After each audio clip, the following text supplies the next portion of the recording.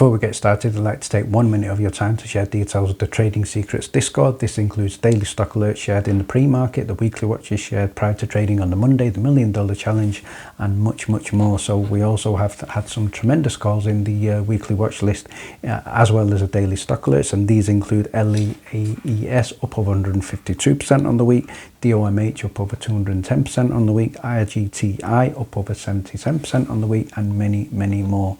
We have a new channel called Top Rank Stocks DD, and this includes PDF reports which you can download and use for research and due diligence. Obviously you can join us in live trading chat as well.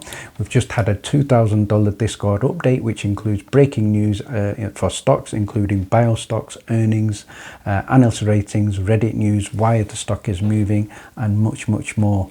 And as well as that, you can join us in the famous $1 Million Challenge, where we look at compound return investing and 201 trades. And just a reminder of the power of compounding: if you have 1 cent, you double that for 30 days, you would have over $5 million. But we are using a strategy of just a 3.5% return.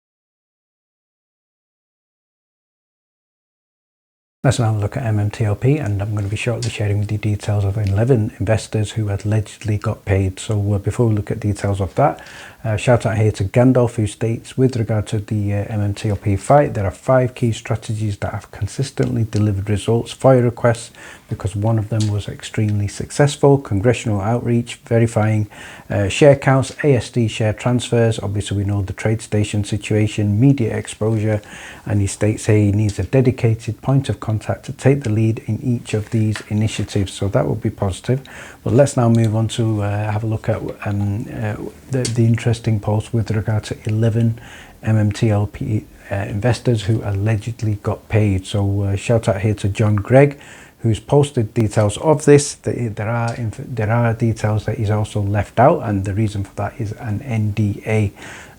But before we look at his information here, I would have to say that obviously this is unconfirmed, it's not proven, but he is making some strong statements. So let's see what he has to say for himself. He states here, the MMTLP situation left him feeling betrayed by the companies, market makers, and even the regulators who let this happen.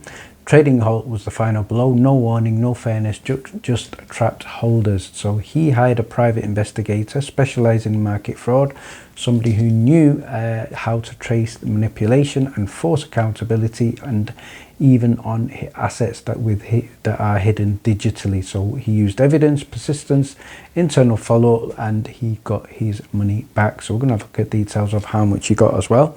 And he states this is not about revenge, it's about justice, and you do not have to accept the loss as final.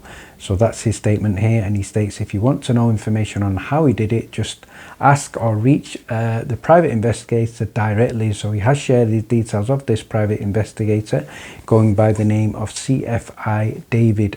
You can also follow him on X, and his name is on the screen there as well. But let's have a look at his follow-up post, and he states here he believes in the opportunity only to watch his investment vanish because of manipulation, lies, and the system that failed to protect. And not everything can be let out to the general public, and there is more to this than people do not know about. People do know about, and he states say people are getting reimbursed, and that is 100%. So he was asked a number of questions which we're going to look at shortly, but his latest post here is in terms of some of the allegations that he is not being truthful, but he states, I am not lying to you, the truth remains that not only me but many others people have gotten their money. They refuse to share, and that is because the bodies that work this money out always say don't share this information to the people, and that's why he doesn't share everything out to the public. However, he's saying he's only sharing carefully because there is more to MMTLP and there are more funds allegedly. So I'm going to share with you now some of his answers to some of the questions that were posed to him on X. First of all, with regard to evidence, and he states states he can't share the documents publicly because of an NDA, but he will show verified holders of MMTLP the trail in direct messages. So if you are in contact with Greg on X and you send him a direct message and you can show that you're a verified shareholder, he states he will give you those details. So the founder, the person, i.e. the private investigator by the name of David, through a hedge fund and a whistleblower, vetted him, and this is the person who fought his case for him, and he has a history of past SEC whistleblower cases. He also allegedly recovered $2.1 million for a GME short squeeze victim in 2023. In terms of the timeline, how long did the whole process take for him? He states here it took 11 months, 3 to investigate, 8 to negotiate. So that's a long time there for the negotiation of the amount. He states he worked with a forensic accountant to trace the synthetic shares and a securities lawyer to draft the demand letters, and I probably can say if this is true, then I'm sure that wasn't Bazile. He goes on to say, in terms of the amount recovered, we're looking at $78,000 was invested, and recovered was $62,000 plus 9% interest, and that works out at just close to $6,000, probably touching close to $70,000, I would say, with the interest. So he states here, not perfect, but better than zero. So it's cost him 30%. So obviously the $70,000 minus the 30% is what he is getting left with, and he was only paid that money after he got the money. And then finally, the other questions here is with regard to a lawsuit. He states there was no lawsuit.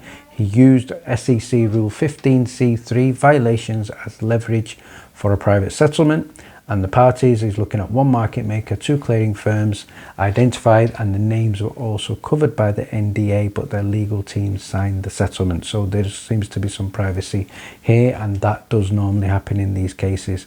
And he states here FINRA knew about the share count discrepancy, and that was 72 hours pre-halt.